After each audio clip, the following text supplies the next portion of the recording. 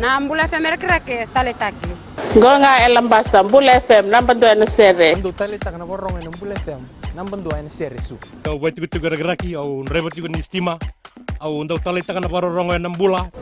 Tolo bina Fiji Bula FM number 2 singa toka. Bula bina era roga Bula FM number 2 tikola. Bula FM number 2 na sere.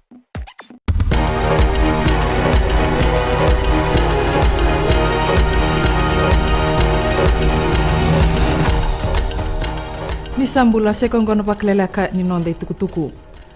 Arere na matabelo e subana kabini kuwa Rabindra Singh yang baki ono sangubul kalima kabeta ke na rona dala ni nona wakabuna na nonro mate na bitina ni seru e rokoseru ke Paulini tubuna ena singa tu siti sauti ena kelkel ni mbasi suba.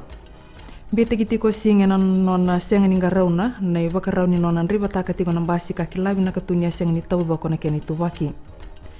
Asenga ni mei wakandonui na nona mbel mauti na buku ni kena toka na ribu-ribembi ni rame na mbiuta na nonda vanua me baka ni toka bua na ibolatar ni dur vanua ki Peritania. Esa tori buka bestiko sing me adaba na kena kadhibital na nona kisi ene katini kawana ni singa ni bulongo kana rongodi tiko na kisongo na mata vilo e dhake. Wakaritaka ni songo ni mbasi na nonda vanua ni satu wakarau me na vitala noa kena mata mbosi ni kore suba ene kena mbiwa atendo ni wale ni vingaravi karau ni ratango makikina na leo ni vanua ene kelekele ni mbasi suba. Mai lasika ni tukutukongo ni uti na wakadalaka levu karau me mati kina endo na vitinani ene singa tu siti sauti. Eka Vijan Rakewal na presidente ni songo ni mbasi na nonda vanua ni meyado na loma tartaro ena nonda tango makina leo ni vanua. Eka Eliasa Sokia na ngusi ni bosi ni matambose ni vela kake vanua ni nonri tobo na ndreba na nonra waka umbasi tiko na visinga na bandi taka na nonra tango maki na leo ni vanua. Tukuno Sokia ni retondo umbose wasoma kena matambosi ni tauni na kena bibasa kitaki na nonra tango maki na leo ni vanua. Wakaritaka ni songo na Fiji Labour Party kena National Federation Party ni dondon mena viso taki na tongai ni namba na pepa ni vinding dingi kame tambaki na kenri tamba na mata era nanduri.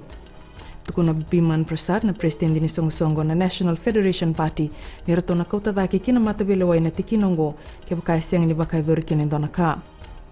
Eka Mahendra Chaudhry na ililu ni Fiji Labour Party ni rato siang ni rauni dingo mana pepa ni vinding dingi kandondonu mena viso taki.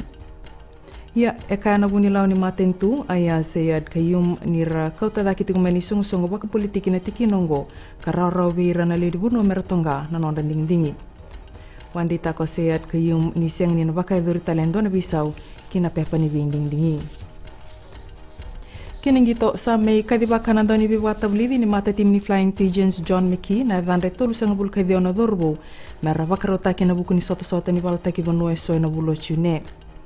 Mena leo tolu sang bul kadhiwa na dhurbo hera leo tin kandua rando ngito ngai na nonta banua karena teku bukiamba tiga ni katin kadhiwa ni singa ni bulongo ni mbera ni musuki sombu na leo ni timi kina tolu sang bulu. Ero sama i bakadurumi romi dhurbo tiga na timi osami so ni birbiri kesio ni kolo kando ngito mena timi ni Western Force na soto-soto ni Super Rugby. Ero tona may bito mantal nga kina timi sunya koto nemani nandolo ki aseli tikirutuma. Era nangay songo ni kete tiguna dhurbo may nandi ene karusang bulkawal ni singa ni bulome. Dabe keri na Vakaleleka ni nonde tukutuku ni mwadimanda.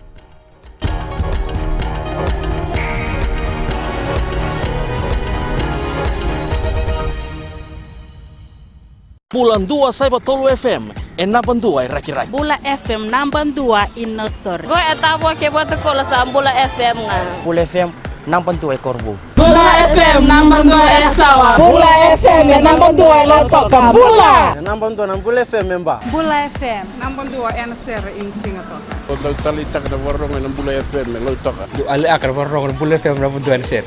Bula FM number 2 na sere.